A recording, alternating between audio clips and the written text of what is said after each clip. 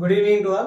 Welcome to BC Short Circle Sangareddy. This is Mallesh, Faculty of Polity. Current పాలిటీలో భాగంగా ఈరోజు ఒక important అంశాన్ని మనం చర్చిద్దాం. సో అదేంటి అంటే అవిశ్వాస తీర్మానం. సో లోక్సభ స్పీకర్ ఓం బిర్లా పైన నిన్న అవిశ్వాస తీర్మానం ప్రవేశపెట్టడం జరిగింది. మరి అవిశ్వాస తీర్మానం గురించి ఇండియన్ కాన్స్టిట్యూషన్లో 94 సబ్ క్లాస్ సి అనే ఆర్టికల్లో పొందుపరచడం జరిగింది.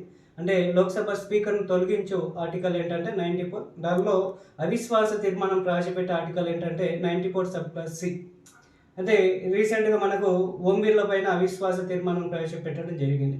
మరి అవిశ్వాస తీర్మానాన్ని ఎలా ప్రవేశపెడతారు అంటే, సో ప్రతిపక్షానికి సంబంధించిన వ్యక్తులు అవిశ్వాస తీర్మానాన్ని ప్రవేశపెడతారు. ఇట్లా లోక్సభ స్పీకర్ పైన అవిశ్వాస తీర్మానాన్ని ప్రవేశపెట్టడం జరిగింది. ఇది ప్రాసెస్ ఎలా ఉంటుంది అంటే, అవిశ్వాస తీర్మానాన్ని ముందుగా 14 రోజుల ముందుగానే స్పీకర్కి ముందస్తు నోటీస్ ఇవ్వాల్సి ఉంటుంది. ఈ ముందస్తు నోటీస్ ఇవ్వకంటే ముందే సో ఎంపీలు ఒక 50 మంది ఎంపీలు ఏం చేయాలంటే, ఈ స్పీకర్ పైన అవిశ్వాస తీర్మానం ప్రవేశపెట్టడానికి మీ అందరం కూడా అనుకూలంగా ఉన్నామని సంతకాలు చేయాల్సిన అవసరం కూడా ఉంటుంది.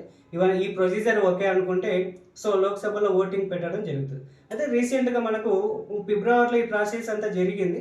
ఓటింగ్ రీసెంట్ టైంలో మనకు నిన్న పెట్టడం జరిగింది. నిన్న ఓటింగ్ పెడితే సో ముజువాన్ ఓటుతో దీన్ని ఏం చేశారంటే ఈ అవిశ్వాస తీర్మానాన్ని సో వీగిపోయింది అనమాట. అవిశ్వాస తీర్మానం వీగిపోయింది, అంటే చర్చకు రాకుండానే ముజువాన్ ఓటుతోనే వీగిపోవడం జరిగింది. సో మరి అవిశ్వాస తీర్మానం ప్రవేశపెట్టడానికి గల కారణాలు ఏంటి అంటే, సో లోక్సభ ప్రతిపక్ష లీడర్ ఎవరు అంటే రాహుల్ గాంధీ.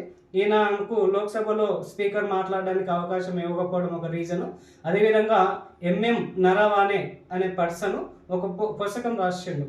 సో దీని ఏంటంటే 4 స్టార్స్ ఆఫ్ ద డెస్టినీ అనే పుస్తకంని దాని గురించి చర్చించడానికి అవకాశం ఇవ్వకపోవడము. సో ఇంకోటి ఏంటంటే యుఎస్ఏ ఇండియా మధ్యలో ఒక డీలింగ్ జరిగింది.